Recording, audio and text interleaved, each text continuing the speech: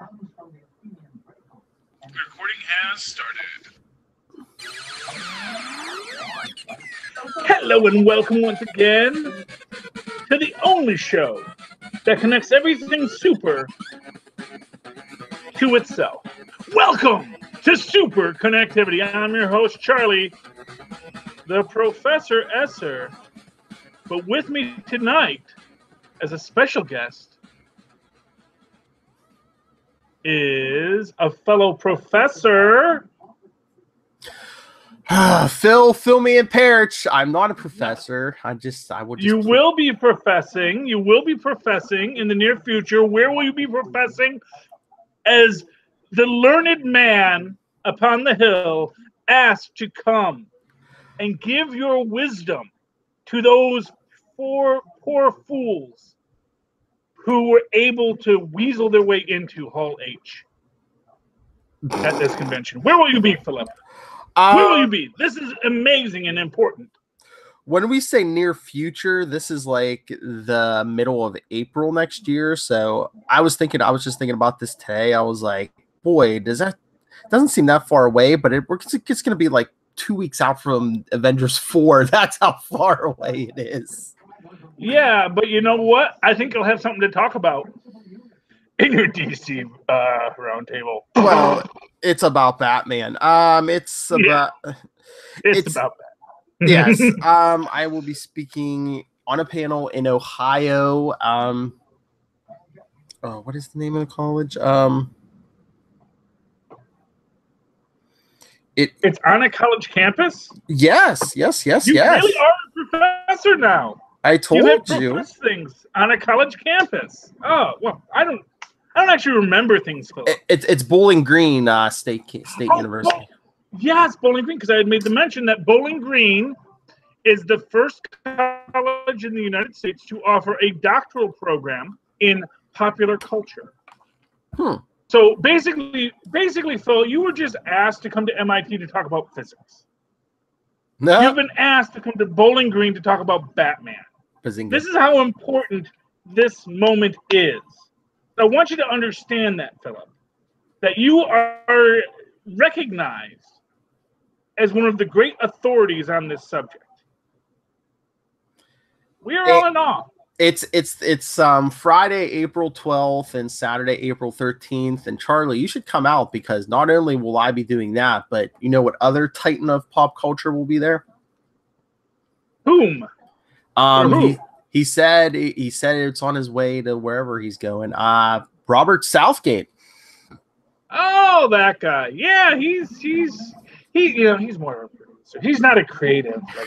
No, I'm being mean. Oh, how quickly we forget.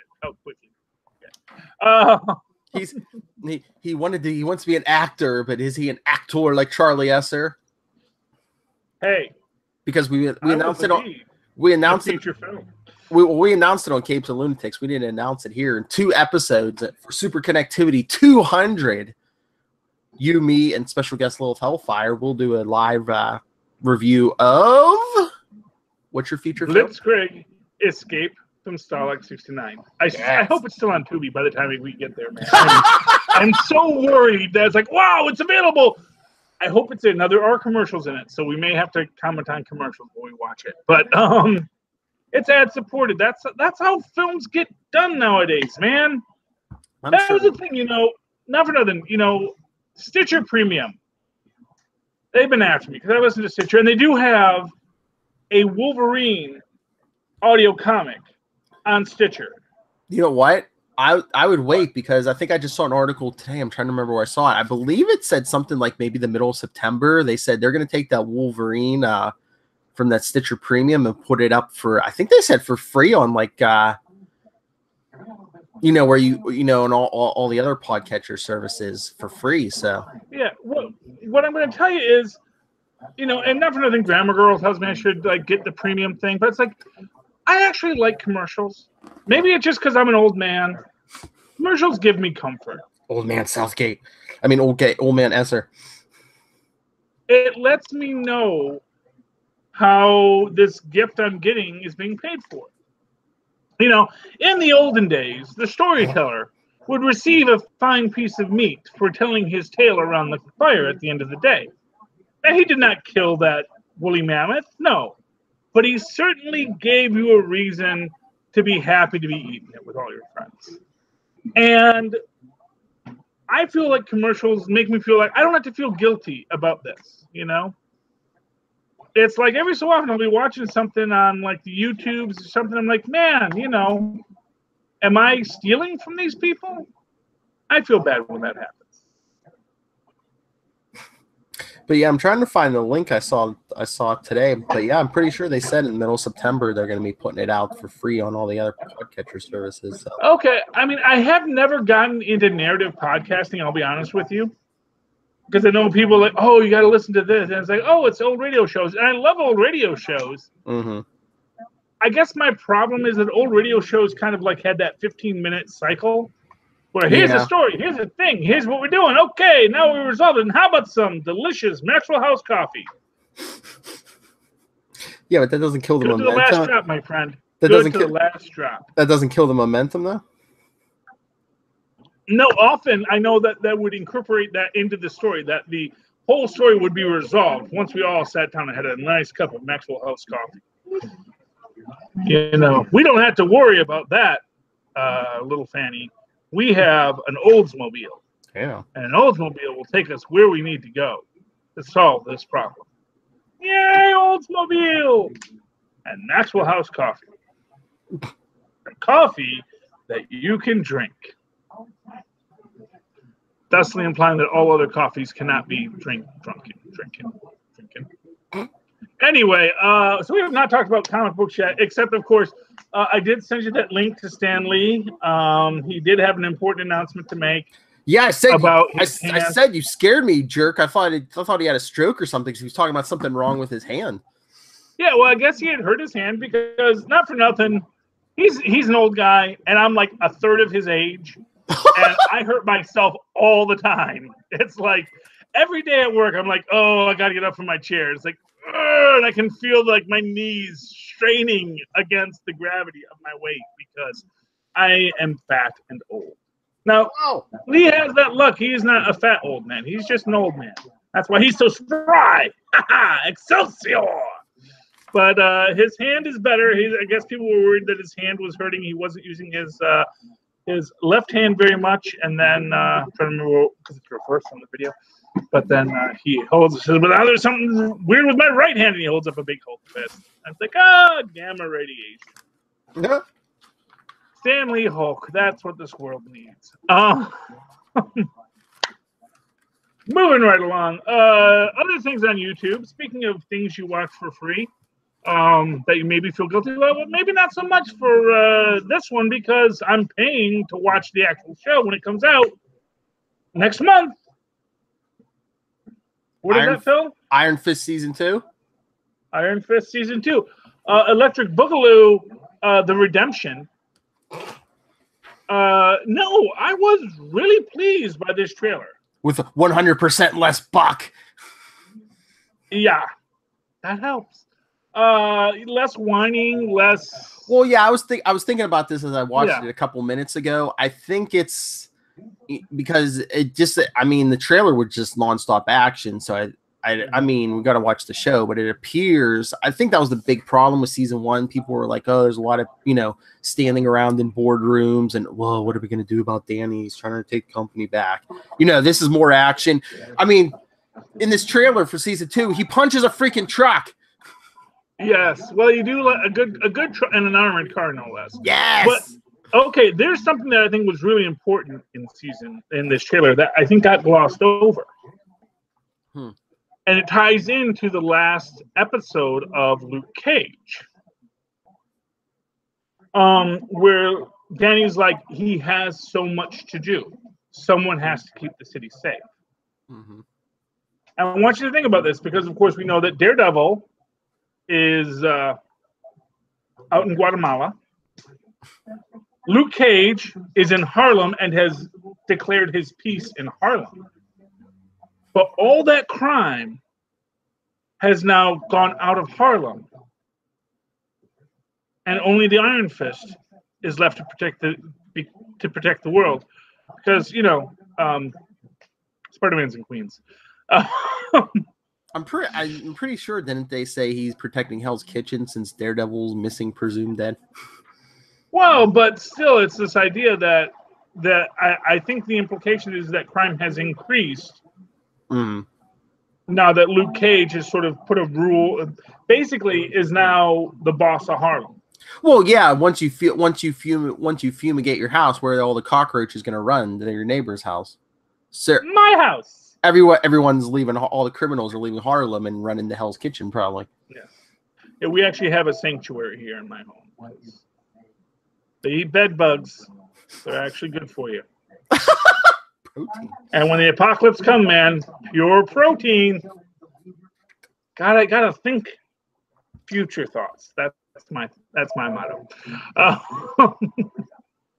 No, but I do think that's going to be. I think that end of Luke Cage, and I think that might be why we're getting this more abbreviated schedule on everything. I think that Netflix is saying we got to get all these guys in. Because everything that we've written, we were told we had to write before Infinity War. Yeah. And Infinity War comes out in, as you said, just in April, right? Or something like that. Either April or May. Yeah. Yeah, it's coming soon. So it's like, oh, okay. So let's get Iron Fist, let's get Daredevil out because that's already in the can. Yes, I mean that's like wager we're going to get Jessica Jones in there too. Well, we already got Jessica Jones this year, but that's what I'm saying. We already had Jessica Jones this year. We already had Luke Cage this year, and now we're going to get Iron Fist and Daredevil this year. So, yeah, that's going to be all four of them this year. So I wonder if they're going to do... Well, I imagine Jessica Jones is going to be coming out right before Captain Marvel. Probably February. Maybe slightly after. Yeah, maybe February or something, yeah. Because here's the thing. It's really obvious that the Luke Cage story parallels significantly the Wakandan story. Where it's this guy who was denied his place at the throne. He's come back to try and establish his own rights to claim it. A lot of people die. Although, I don't think he ever wound up in Harlem's. Oh, no, he did wind up in Harlem's Paradise for one day, until he got kicked out. But you can't sign a contract under duress, as they said. I don't think they've announced when Daredevil's coming out, but how much you want to bet they drop Daredevil in December? I would bet money they're going to drop Daredevil in December. No, my prediction is. Because Iron Fist comes out in September, right? Yeah, September 7th, yeah. September 7th, okay.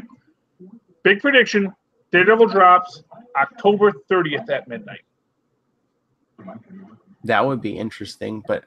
You know why October 30th? Devil's Night. Devil's Night, man. Mm-hmm. That would be interesting branding, but I'd say,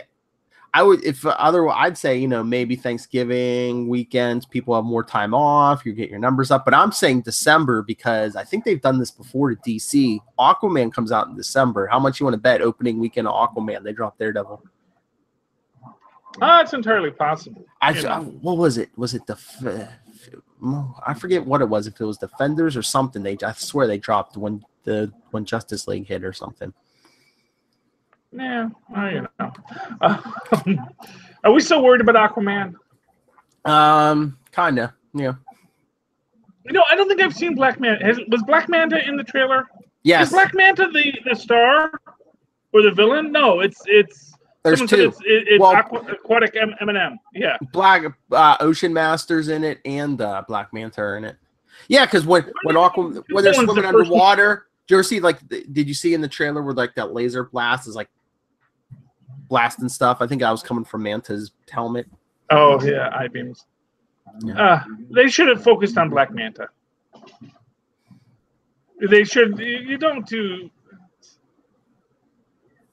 two villains your first movie? DC. They tried too hard. I mean, look. I mean, they had to jump the gun and do Batman First it was Batman v Superman, where they had to shove in Batman, Superman, and introduce Wonder Woman. Yeah, bring in the triad. Bring in the death of Superman, and all, they had to smash everything in there, and then go to Justice League when they hadn't built out anything except for Man of Steel. Yeah, and here's what I'm gonna say: not building out wasn't a problem, and you can not build out, but then you have to have things established. The idea that we're just going to come in and everything's going to be built, ready-made, Again, my point I keep going back to, they want to be Marvel now, and they can't. Marvel spent 10 years getting to where they're at now. No, here's what I'm going to say. They could be Marvel right now if they wanted. They could be Final Jeopardy entries, Virginia, by the way. Oh, Maryland, yeah. I was wrong. Sorry, my wife watches Jeopardy in the background. We usually watch together, but Superconnectivity is at 7 now. So I thought Virginia, because I thought Virginia was named after Queen Elizabeth, the Virgin Queen, but apparently not. Yep. But the capital, Maryland, Annapolis is also named after. I don't know who Annapolis was. Focus, shiny but object. That's okay. There's lots of shiny objects. Anyway, yeah. Well, hey, DC's hoping for that. That's all I'm saying. No, but here's what I'm going to say. You could have been Marvel the next day. All DC had to do was say, "This is the DC universe." Of course, we have superheroes. Of course, we have a Justice League. We had a Justice Society. Now we have a Justice League. You open it. Here's how you open it. You at the end of Man of Steel, you have what's his name? Scott Lang or no? Alan Scott. Green Lantern with the gray hair says, "So, Mr. L, I have a little society I'd like you to join." And then you bring in this Justice Society that in our Justice Society movie sort of has its own problems, and then a Justice League is your end capper on that. Instead, they went with like Old Man Batman, and I don't know why. No one knows why. We know why, because the Batman v Superman story was with Old Man Batman, but it made sense because it was Old Man Superman. Yeah, it was an Old Man Batman who had a relationship for years with Superman, though. Well, not for him. He is an older man Superman. I mean, man. I even think they even drew him a little older in that. But I'm saying, but in the movie, the two had never met before. Yeah, but the two had never met before in the movie. No, it didn't. I mean, it was. Although here's what I'll say is that it makes sense. Here's what I'll say. It makes sense for Batman to be suspicious of Superman. In the recent cartoon one, which was sort of the Justice League 50s origin story they did, or 60s Justice League. They did have that whole thing, where Batman says to Martian Manhunter, "It cost me, $1 million to get a sliver of rock to stop the guy in Metropolis. I just need a book of matches." Yeah. But there you have young Batman facing off against these other superhero beings. And basically, that's the film they wanted to make. But they chose not to make that for reasons.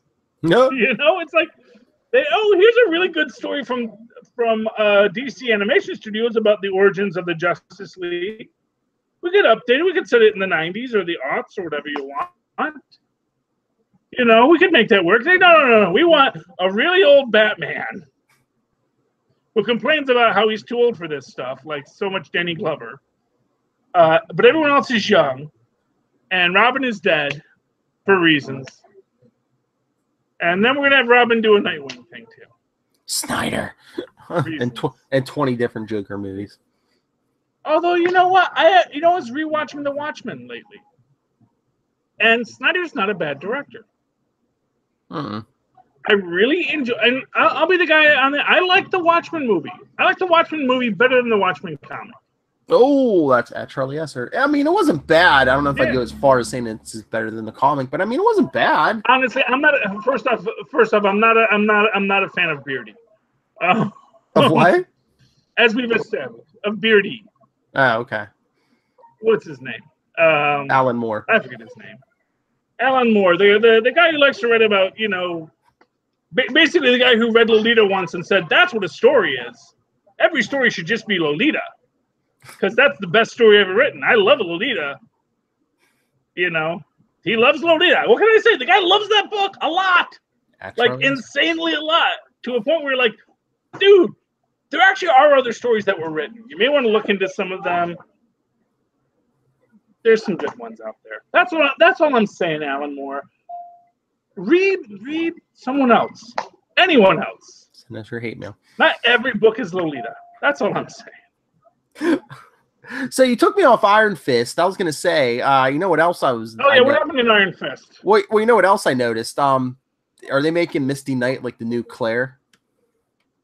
Like she's going to show up in every show now? Well, Misty Knight's the actual superhero. Oh, yeah. Here's what I'm going to tell you about... Hey, she's another Iron Fist. Yeah, well, I mean, not for nothing. Well, high density carbonate resin. But what I will say is, I think it was telling that Claire gets like shut down at the end of Luke Cage. Mm-hmm. Which is, of course... Like, you don't even see her. He's just like, nah, send her home. No, just tell her to go home. Tell her to go home. I'm not...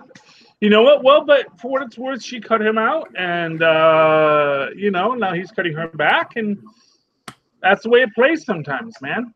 You can't just expect people to come and let you back in. That's basically what the story is. But no, I think that it was very important in the end of what do you call it? At the end of not the end of, but like the middle of Luke Cage, where you see Misty start like bending steel with her hand, and she feels that, oh goodness, that's not just a hand, that's a superpower. And I wonder if in that we got references to Heroes for Hire in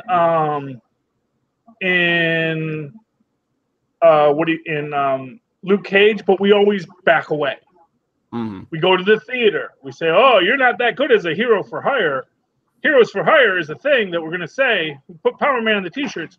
And then we end up with him in the suit in the club not being a hero for hire. And I wonder if seeing Misty Knight in Iron Fist is going to be that introduction to a Heroes for Hire. Because I think the actions of being a cop are going to bristle on Misty. And she is going to push away from it. And what can she do aside from be a hero for hire? Follow in the Jessica Jones footsteps. And maybe our first heroes for hire is Jessica Jones and Misty Knight. Throw in Colleen Wing. Colleen Wing, Daughters of the Dragon, the series on Netflix. Except Colleen Wing, Well, maybe she'll have more of a story in the Iron Fist too. And maybe on some of these other shows, Jessica Jones or whatever. But I'm sure when Luke Cage comes back for season 3, watch Misty will be like like the hero of Harlem down in the streets while Luke Cage is up in the club. Yeah, or maybe she's bigger than Harlem.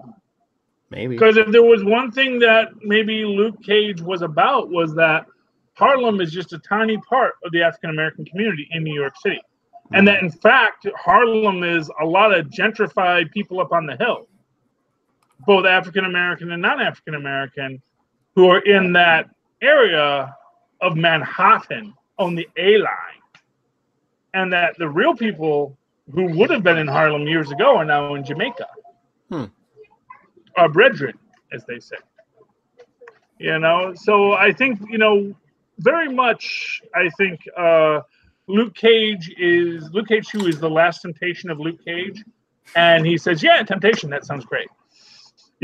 You know? Well, no, it wasn't that simplistic, but it was like, well, if I don't do it, someone much nastier is going to do it. Well, yeah, but that is a line. Do you know who is most famous for saying, "If I didn't do it, someone else would"? Hitler? No, the Onceler from the original '70s Lorax cartoon, Oh, okay. voiced by Stan Freberg, and he says, then someone else, because he's having this little mirror debate with himself about. Says Onceler. Sometimes I ask, why are you such a Onceler? And he goes through this whole thing back and forth, about, well, I'm giving people jobs, but you're destroying the environment. Then finally he says, but if I didn't do it, someone else would. His mirror self says, and that's a very good point, Mr. Onceler. It's basically that circular logic of justifying our own evil. Captain America says we don't trade lives. And that's what Luke Cage did. He traded the lives in Harlem for the lives of everyone else in New York. He says, you stay, you can have free reign everywhere else. Outside of my jurisdiction, go nuts. And that's what Danny has to deal with. Danny, poor old Spider-Man. It's funny you mentioned that Vision line. I was rewatching Infinity War because it came out this week on Blu-ray. You know that whole thing with Spider-Man at the end disappearing, spoiler alert, and at the beginning Tony Stark's talking about, I dreamed about having a kid. They were trying to pound it into your head, I don't think I even got it at first, that Tony Stark sees Peter Parker as a son, so that's why that scene was even more tragic. His son was disappearing before his eyes. That's why Tony's looking at himself and he's like, what? It couldn't take me, it had to take my quote unquote son. Yeah, I'm sure that's maybe what Tony's feeling at that moment. That's important. So you always got to couch Tony in his own qualities. They basically they fridge Spider-Man to give Tony Stark man pain. That's what I'm saying. Yeah, well, not for nothing. Yeah, literally. Yeah. Honestly, I would rather seen Tony Stark fridged and. Get some Spider-Man pain in there. Really, it's an interesting.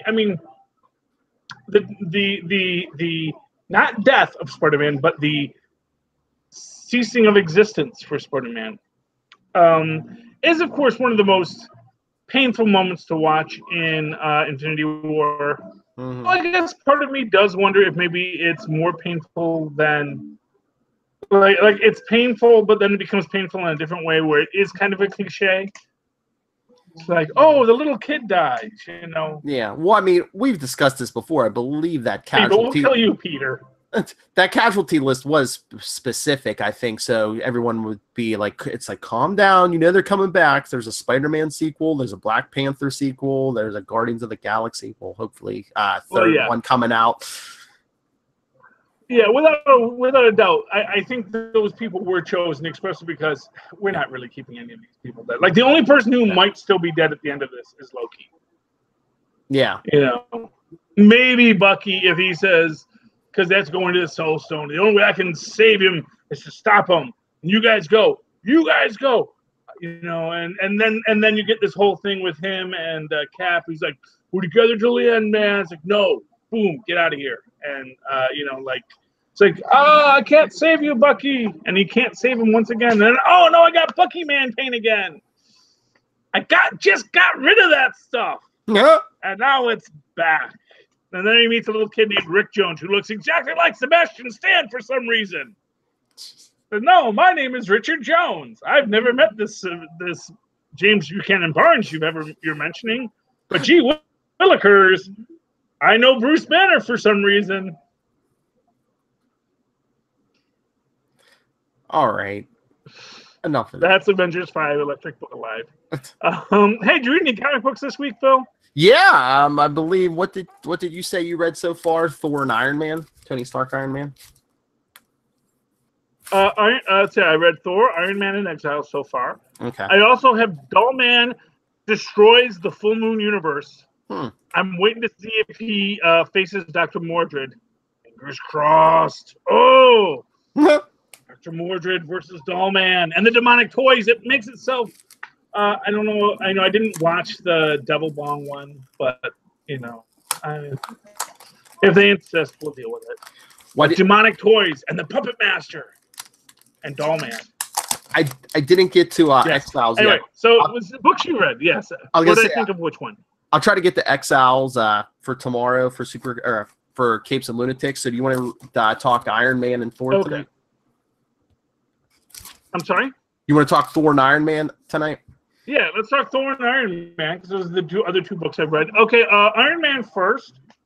What the heck is up with Machine Man? He's a big jerk now. I mean, like literally, yeah. This is like not any Machine Man iteration I've ever seen.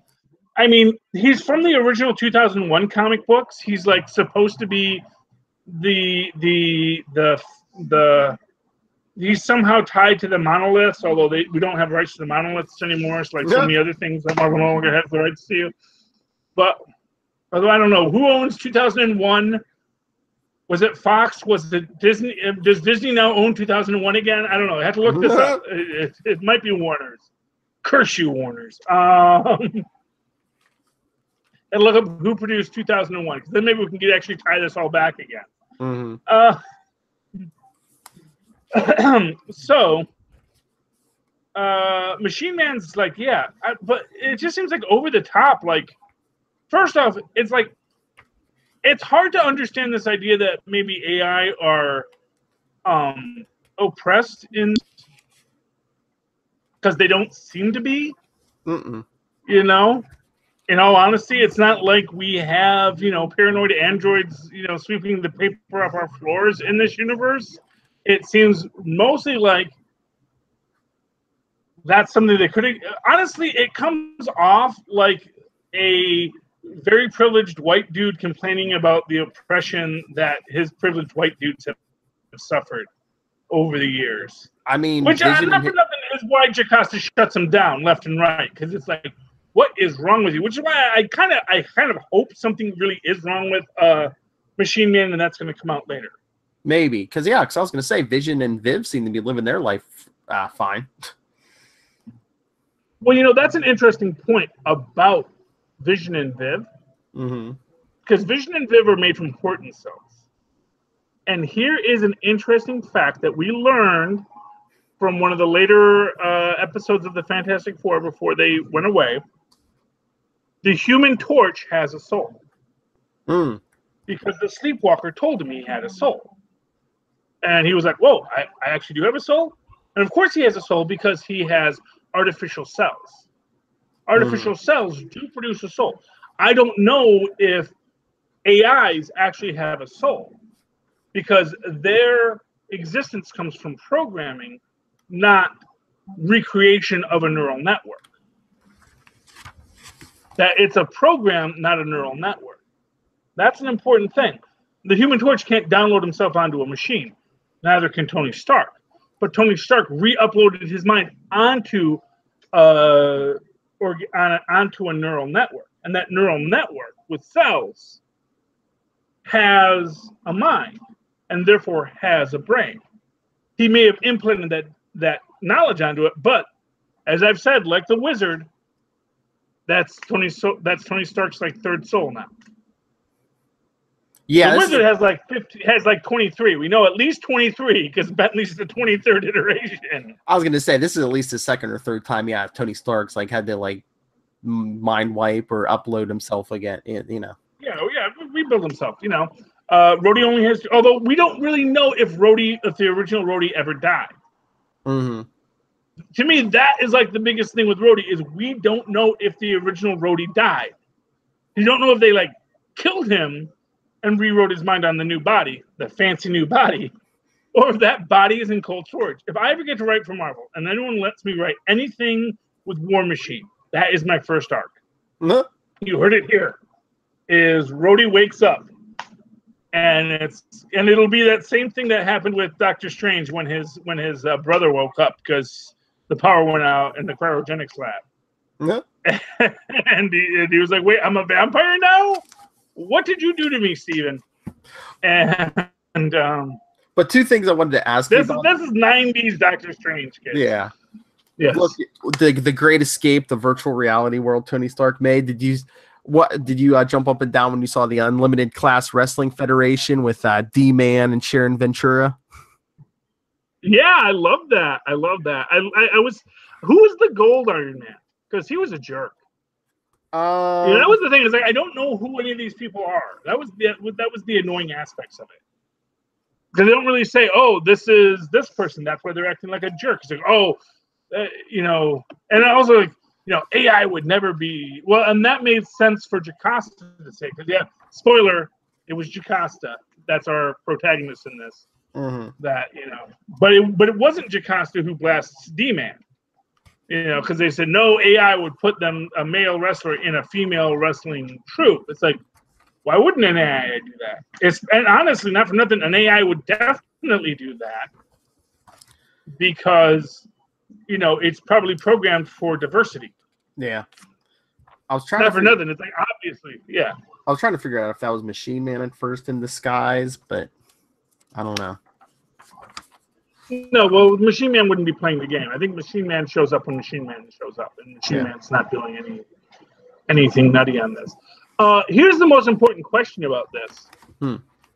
Does Tony Stark know that what's her name is the traitor? Oh, Bethany Cabe. Yeah, I think he does. Do you know how I know? How? Tony Stark wouldn't have made a Machine Man interface. So the minute he has an Escape interface, he knows it's either Jocasta, which he doesn't believe, or it's someone else. And when Bethany McCabe comes to him and says, "Oh no, Jocasta had nothing to do with this. Was all Machine Man just stealing her rights and privileges," immediately Tony Stark goes, "Oh, okay." And it reminds me of Shades. Whenever anyone tells him something that that should get you a bullet in the head, and the guy just turns and walks away, it's exactly what Tony Stark does. And he reaches out to Jocasta because he's like, "I don't know if I have a soul anymore. I think I'm more machine than man now. I think I'm one of you.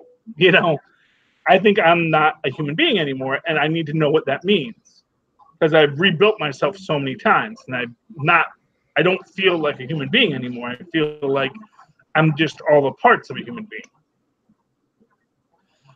So I do think that is Tony Stark realizing that Bethany McCabe is the traitor, but he may also be sitting there thinking, there's got to be more to this. She's got to be under somebody's influence. Probably the controller. No one's used him in a while, so he's available. Oh yeah. He hasn't been around since he was on the last iteration of the Thunderbolts, if I'm not mistaken, wasn't he? No, that wasn't him. That was someone else. No, but yeah, I'm pretty sure they said this was the controller in this story. So no, this is the controller. No, yeah. No, but the Thunderbolts, the last iteration with Moonstone and Man Thing, and no, I don't think. I can't remember. No, that was a different. That was a different guy with mind control discs, but he was an African American scientist. And yeah, it wasn't the controller. No, but I know he had like mind control discs too. He had all kinds of things. And what about the robot bar? See Herbie hanging out. Yeah, what is a robot? I don't even know what that is. Are they drinking like oil or something? Yeah. Yeah, I mean, well, no, they're drinking. I don't know what a robot bar is. First off, robots don't have like a uniform system of here's how we have intoxicants. It's like no, it's they're not all made by Mom's Friendly Robot Company. Super advanced AI robots in this universe are very individuated to their creator. And I would have been happy. Honestly, what this looks like is something that maybe Tony Stark built for other AIs, just so they could have a bar. Because he felt, AI probably would like to go to a bar. They're AI; they might want to go to a bar. And it all becomes, it's honestly kind of a parody of what a human would do. So it's like, it's a weird thing to have the Uncanny Valley as the bar where AI go to. And not for nothing, it's not like it makes sense for AI to have a bar because AI are all over the world. So obviously all the AI in this bar are probably, with the exception of Herbie, who just is a friend of the family, are probably all Stark AI. And it's weird because this is like a real world bar. Like, yeah, this should have been part of like some virtual reality world, you know, where maybe they could have like simulated drinking or something, and robotic life from all over the world could go. But yeah, it's like a bar, like a physical spot. Yeah, the bar. No, it's obviously a part of the Stark Unlimited campus. You know, I mean, that's basically what it is. The Stark Unlimited has a campus.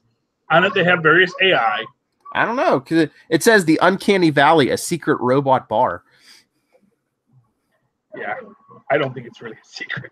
That's what it says. I think it's under Jacasta's expense account. I think it's all itemized. Yeah, but that's what I'm saying. Is like, it doesn't make sense for there to be a secret robot bar, because robots aren't magic users that can just go to a different bar, you know. Mm-hmm. So yeah, I'm not sure about although it was nice to see Herbie there. I didn't recognize any of the other robots. No, it's not like and not for nothing. It's not like there was like the awesome android there, or any other notable robot. These were all clearly, with the exception of Herbie, who's like the one non-Stark robot. All the other robots were clearly Stark design. Mm-hmm. You know, if they had like a Doombot there, if they had you know, somebody else's robots there. But they all clearly look like Stark bots, because the one bot we actually see is a Stark bot and clearly shares design qualities with the others. Mm-hmm. Just sounds like a bad joke, you know? It's like Machine Man and Herbie walk into a bar. Yeah, well, you know, except Herbie was already there. Herbie's just having fun. And now another thing, Herbie doesn't have a mouth. His mouth is literally a video display. Again, what are they drinking? Yeah. None of it makes sense. I blame Bendis, but he's not writing this anymore. Slot. But again, but you know, I don't mind the idea. But obviously, it is part of the Stark campus where the AI go to hang out, because they're clearly concerned with AI rights and AI life. And clearly, Tony Stark is concerned with AI. Clearly, Stark is concerned with AI life, because he kind of feels that he may be AI now. Mm. So, in that sense, it makes a lot of sense, and it's very interesting that it would be there. Now, what's going on with Aaron Stack, nobody knows. But he's clearly having a bad day. I think that's what we can say about Aaron Stack. Is he having like a robotic... Tristan, if you were going to eat all the blueberries, you're going to just eating them out of the box. Mm. But yeah, I know. But did the blueberries get washed? That's the question. I just wonder if Machine Man's having a nervous breakdown. He's certainly having a nervous breakdown. Machine Man is not well. That is one thing. Why he is not well is the question that we're trying to sort out now. Did you read Thor? Yes, I did, and they blew my theory out of the water here. It's a wedding issue. They blew your theory out of the water. Well, remember we were like, oh yeah, about how I said maybe Thanos was in hell, HEL, because he got killed in Infinity Wars Prime. Not so. They said this takes place before that, which I think was not their best idea, but what are you going to do? Yeah. I'm not in charge of their bad ideas, you know? Honestly, I kind of, the whole idea that he came there to break up with Hela because, now I got to go get the stones. And it's like, yeah. And honestly, making Hela feel like a side, here's what I'm going to say. No. You know what I want is I wanted that episode of this story, like where all of the demons are sitting there in like a circle, saying, okay, who gets him? And Hela's like, I got the rights to this man's soul. He is going to burn in my heck for all eternity. He says I'm not death enough. No, I got it right. He says I'm not death enough for him. Yeah. You know, not for nothing.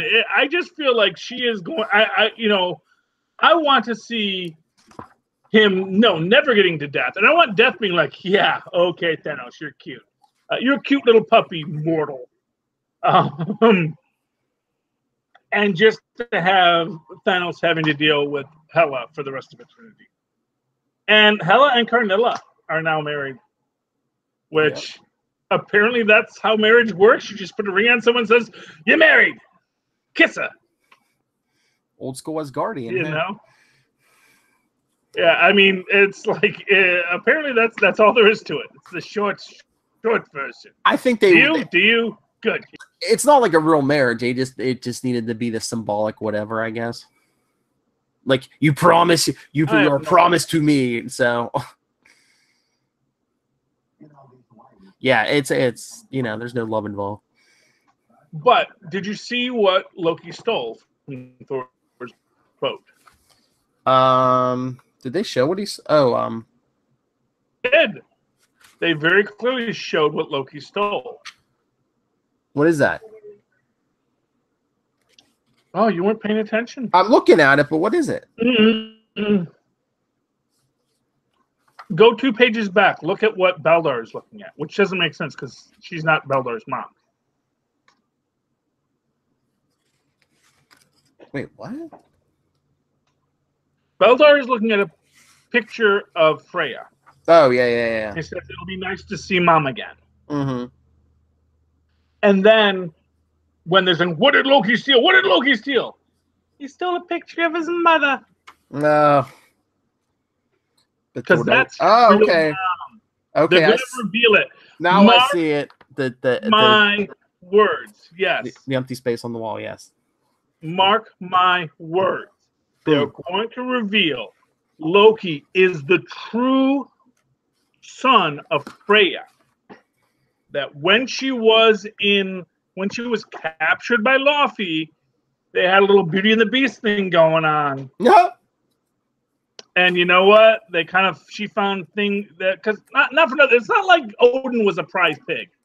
Oh no, he was sticking his royal scepter everywhere. I mean, the Phoenix Force. Come on. And not for nothing. Honestly, the Freya Odin thing. It's kind of like again, Charles and Diana and Camilla Parker Boyles, where there was obviously someone that he liked more. Again, these couldn't have. These Asgardians don't marry for love. Their marriage is a convenience, And my statement is, I think that Freya was bed by Laufey's son, or by Laufey, not Laufey's son, gave birth to Loki, and that is why Odin takes him after he kills Laufey, because he not abandoned my child. That is my child, and he comes back to Asgard with me. You want to kill him? Fine. I don't really care 2 figs about either you two. Either that or Freya tells him to. It's like, you know what? I will leave you right here, right now, if you don't take in my son, and raise him as your own. Dang Skippy. And that is what they're building into it. I mean, I know I'm not the only nerd to have figured this out over the years. That because it's not canon of actual Nordic myth, but so many other aspects are canon. Like, oh, Freya was captured, and that's why he goes to kill Laufey, and then he finds the baby in the battle. Obviously, ancient storytellers were saying, well, you know who Loki's dad is. You know who Loki's mom is. Because we never meet Laufey's wife. Laufey don't got no wife. Hey, Laufey plays the field. It's possible. Hey, if Tony Stark's parents can be nobodies, hey, this can be possible. At least Loki's parents are somebody.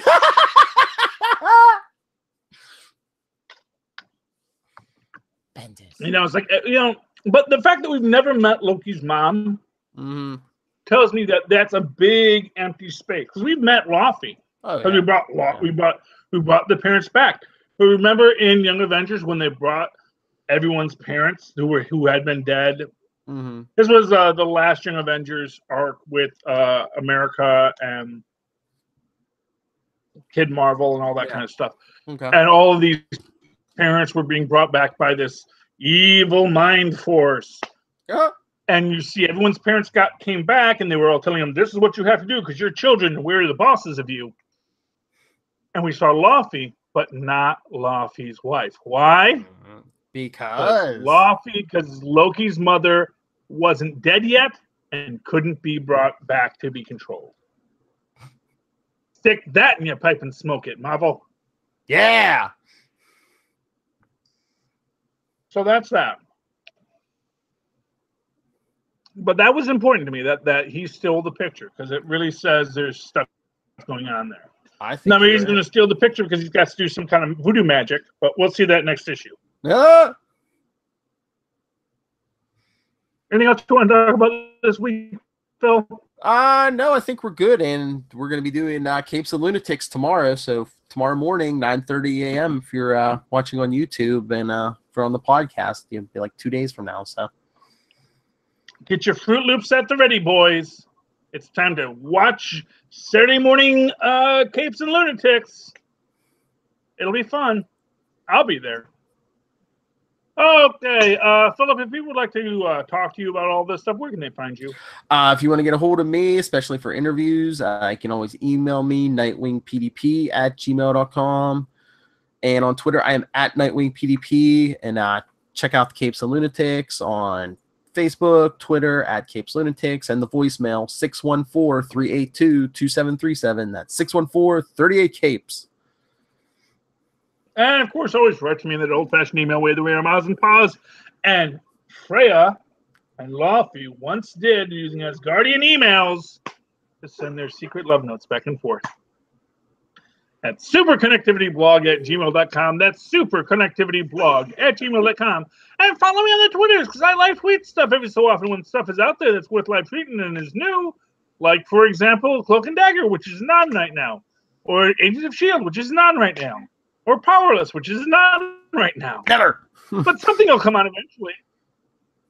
They may bring The Good Place back for a third season. I may actually get to tweet that. That would be awesome. Follow me at Charlie Esser. That's CharlieEsser. Look for the 2 E's. For quality. Ping in the middle for quality. Goodness me. I'm waiting for that. I was waiting for you to say the whole thing. For quality. Bing. Oh. Well, yeah. No, but you do it in the... see, it's the ping. See, look for the 2 E's in the middle. Ping. For quality. For Bing. quality. Okay. It's... yeah. I'll have it down Anyway. for next time. Okay. We'll figure it out later. ESSER. That's my name. Don't worry it out. Follow me. Follow anything you feel like. And thank you, ladies and gentlemen, for connecting with us once again here on Superconnectivity. Please connect with us once again. Good night. Good night.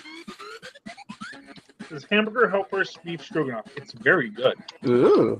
I use extra hamburger. That's the real secret. Yeah, Ben. Dinner theater. We're going to discuss that tomorrow. Okay. Our producers. So yeah. Behind the scenes, our producer is planning tomorrow morning. Yeah. Well, big problem. Check didn't come in the mail today. Oh. My paycheck, because the first check has to be mailed and didn't come. No money, more problems.